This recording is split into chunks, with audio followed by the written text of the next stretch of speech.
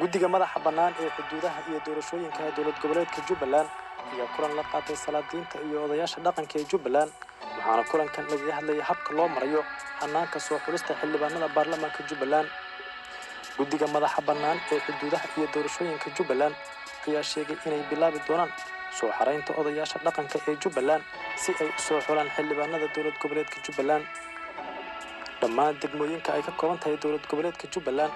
ayaa laga keeni doonaa odayaal dhaqameed matala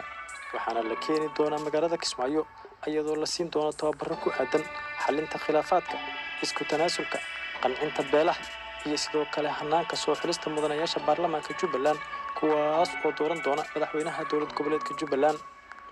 guddiga oo wada tashi la sameeyay odayaasha dhaqanka Jubbaland ayaa isku raacay in oday dhaqameed walba uu keeno 3 qof oo beeshiisa ah halkii uu keeni lahaa hal qof kadibna laga xusho midkii noqon lahaa xildhibaan inagu Jubbaland baan nahay dowlad baynu nahay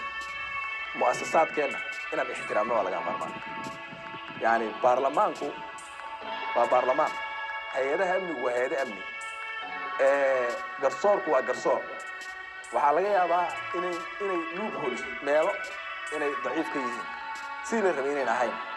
nooc ay rabteen nooc la rabay inay u shaqeynaynin oo wuxuu si ka yahay sidaas ay tahay haddana haddaynaan ixtiraamin oonaan ilaalinin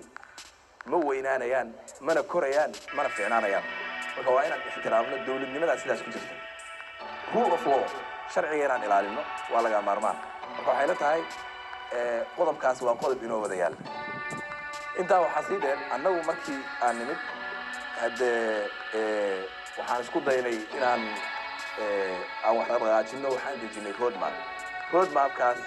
jadwalkiisa ramadaanta kadib baan insha Allah si fiican u dejin doonaa laakiin si roadmap guud ayaan dejinay oo ka bilaabanaya roadmapkaas haddii la yiraahdo wuxuu ka bilaabanayaa inaan booqanno degmooyinka la tegi karo oo dhan ee Jubbaland oo aan u sharaxno kulankan oo kale aan qaadano doorashadu soo dhacaysaa seebu ka yimid xagee ku dhamaanaysaa dadka inaan la wadaagno xaq bay u leeyihiin dadkeena warka taas waa qodob inaan tagnaana laga rabaa haddii la yiraahdo oo dejinay waxaan samayn doonaa haddii la yiraahdo inaan odayaasha oo dhan odayaashii xuli lahaa baarlamaanka oo dhan inaan keeno magaalada Kismaayo haddii la yiraahdo reer Jubbaland waxaan samayn doonaa odayaashaas inaan workshops iyo seminaaro u qabanno u fududeeya skillskii iyo hab sidii ay u soo xuli lahaayeen ayagoon iskhilaafin ayagoo walaala cid gaara oo wax ugu daranayna ma jirto ama madaxda joogta ha noqoto ama kuwa doonaya inay qabsadaan ha noqoto ama kuwa kale ha noqoto waxa way annaga waxaad noo soo gudbisaan ayaanu hab cilmi ah ayaan ku samaynaynaa habkaas muxuu yahay haddaad 3 noo keentaan 3 waxaan u samaynaynaa sida adduunyada wax u kala xusho oo ah baanalada adduunka markii qofka la shaqaalaysiinayo baanal baa loo saaraa markay kulli imtixaan ka soo baxaan ama interviewga la yeelanayo baanal baa loo saaraa qof walba warqad baa loo dhiibaa waxaa la dhahaa rate u samee yani darajo si qofkaani hebel markuu wixiisa akhriyay aqoontiisa meeqaasiisa waxaa laga yaabaa ninkaas inuu 5 siiyo anigu hal inaan siiya laga yaabo waa kala duwanaa perceptionka iyaga dhawaan wixii baa la isku daray lismana arkay odayaasha dhaqanka Jubbaland ayaa soo dhaweeyay wada tashiga ay la qaateen guddiga madaxa bannaan ee xuduudaha iyo doorashooyinka Jubbaland waxayna sheegeen keeninta 3 musharax in ay yarayn doonto khilaafka iyo eedeymaha beelaha dhexdooda haddii nidaamkii loogu talagalay loo maro howsha sida dawladda idii idmatay annagana idii idmanay deegaanka idii idmaday Jubbaland idii idmatay kuwa lagu aayo oo waxtarkooda iyo wax dheefkooda wixii ay soo xulaan miiska keenaan dawladda Jubbaland oo ku laaloota Allah nooga dhigo